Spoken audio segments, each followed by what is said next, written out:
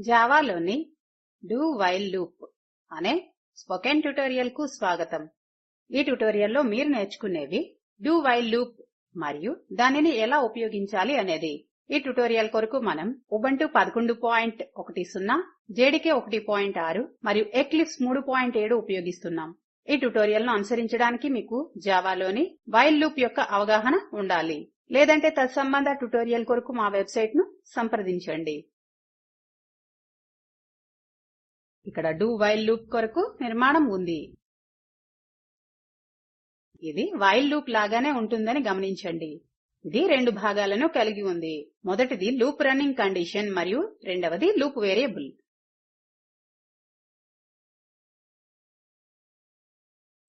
ఒకే ఒక్క తేడా ఏమిటంటే కండిషన్ అనేది డూ బ్లాక్ తర్వాత రాయబడింది. అందువల్ల డూ బ్లాక్ లో ఉన్న స్టేట్మెంట్స్ ను అమలు చేసిన తర్వాత కండిషన్ తనిఖీ చేయబడుతుంది. ఇప్పుడు మనం ఒక ఉదాహరణ చూద్దాం. ఎక్లిప్స్ కు మారండి. ఇక్కడ మనకు ఎక్లిప్స్ ఐడిఇ మరియు మిగిలిన కోడ్ కి అవసరమైన స్కెలిటన్ కలిగి ఉన్నాము. మనం డూ వైల్ డెమో అనే క్లాస్ సృష్టించి దానికి మెయిన్ మెథడ్ ను జత చేశాము. మనం డూ వైల్ లూప్ ను ఉపయోగించి 1 నుండి 10 వరకు గల సంఖ్యలను ముద్రించబోతున్నాం. ఇంట్ n = 1. n అనేది లూప్ వేరియబుల్ గా ఉండబోతుంది. తర్వాత డూ ఓపెన్ మరియు క్లోజ్ బ్రేసెస్ లోపల system.out.println n అని టైప్ చేయండి.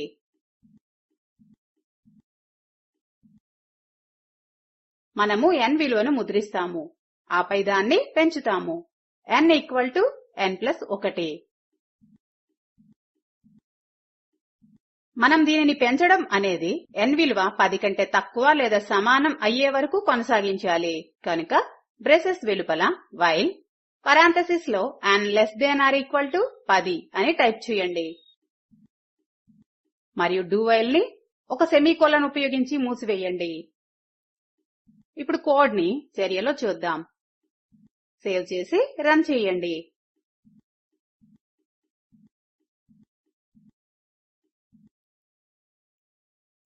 ఒకటి నుంచి 10 వరకు సంఖ్యలు ముద్రించబడటం మనం చూస్తాము. ఇప్పుడు కోడ్ ఎలా అమలు చేయబడిందో అర్థం చేసుకుందాం. ముందుగా విలువ 1 ముద్రించబడుతుంది మరియు n 2 అవుతుంది.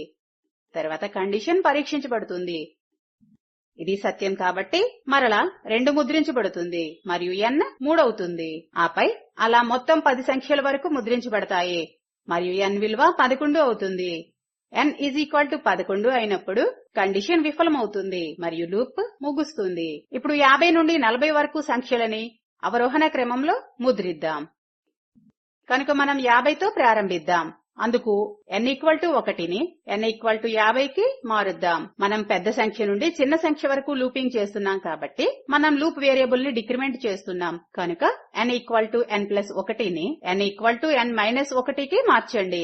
n విలువ 40 లేదా అంతకంటే ఎక్కువగా ఎంతవరకు ఉంటే అంతవరకు మనం లూప్ ని కొనసాగించాలి. కనుక కండిషన్ ను n > 40కు మార్చండి. ఇప్పుడు అవుట్పుట్ ను చూద్దాం. సేవ్ చేసి రన్ చేయండి.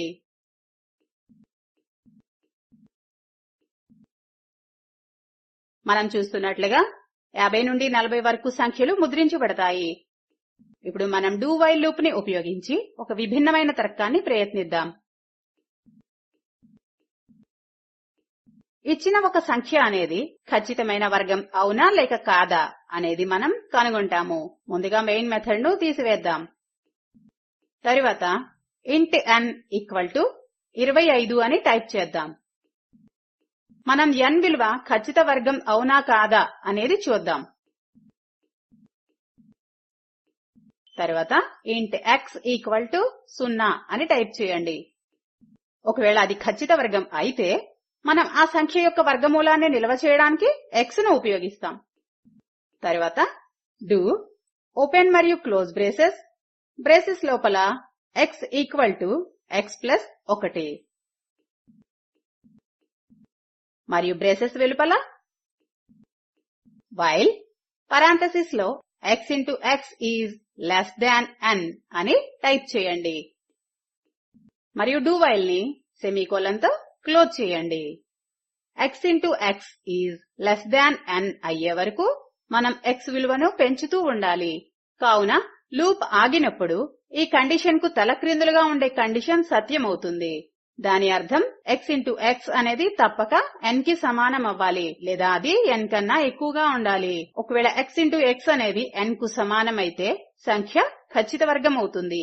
ఒకవేళ అది n కు సమానం కాకపోతే అది ఖచ్చిత వర్గం కాదు. ఇప్పుడు చివరగా మనం కండిషన్ ని ముద్రిస్తాము.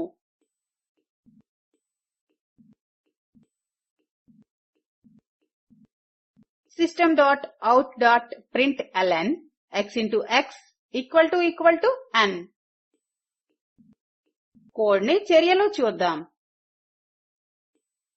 సేవ్ చేసి రన్ చేయండి. మనం చూస్తున్నట్లుగా అవుట్పుట్ అనేది సత్యం. ఇప్పుడు మనం వేరొక ఖచ్చిత వర్గంతో ప్రయత్నిద్దాం. n ఈక్వల్ టు 25 ను n ఈక్వల్ టు 49 కి మార్చండి. సేవ్ చేసి రన్ చేయండి. మనకు మరలా సత్యం వస్తుంది అని మనం చూస్తాం. ఇప్పుడు ఒక ఖచ్చిత వర్గం కాని సంఖ్యతో ప్రయత్నిద్దాం. 49ని 23కి మార్చండి. సేవ్ చేసి రన్ చేయండి. మనం ఊహించినట్లుగానే అసత్యమై వస్తుంది. ఇప్పుడు n విలువ 0 అయితే ఏమవుతుందో చూద్దాం. n ఈక్వల్ టు 23ను n ఈక్వల్ టు 0కు మార్చండి. 0 సహజ సంఖ్య కాదు కాబట్టి మనకు తప్పక అసత్యమని వస్తుంది.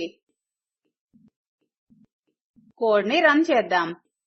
సేవ్ చేసి రన్ చేద్దాం. మనం ఊహించినట్లుగానే అసత్యమని వస్తుంది. ఇలా అవడానికి కారణం ఏంటంటే ఇంతకు ముందు కండిషన్ లో కూడా x into x is less than n తనిఖీ చేయబడింది. x యొక్క విలువ పెంచబడింది మరియు అది 1 అయ్యింది.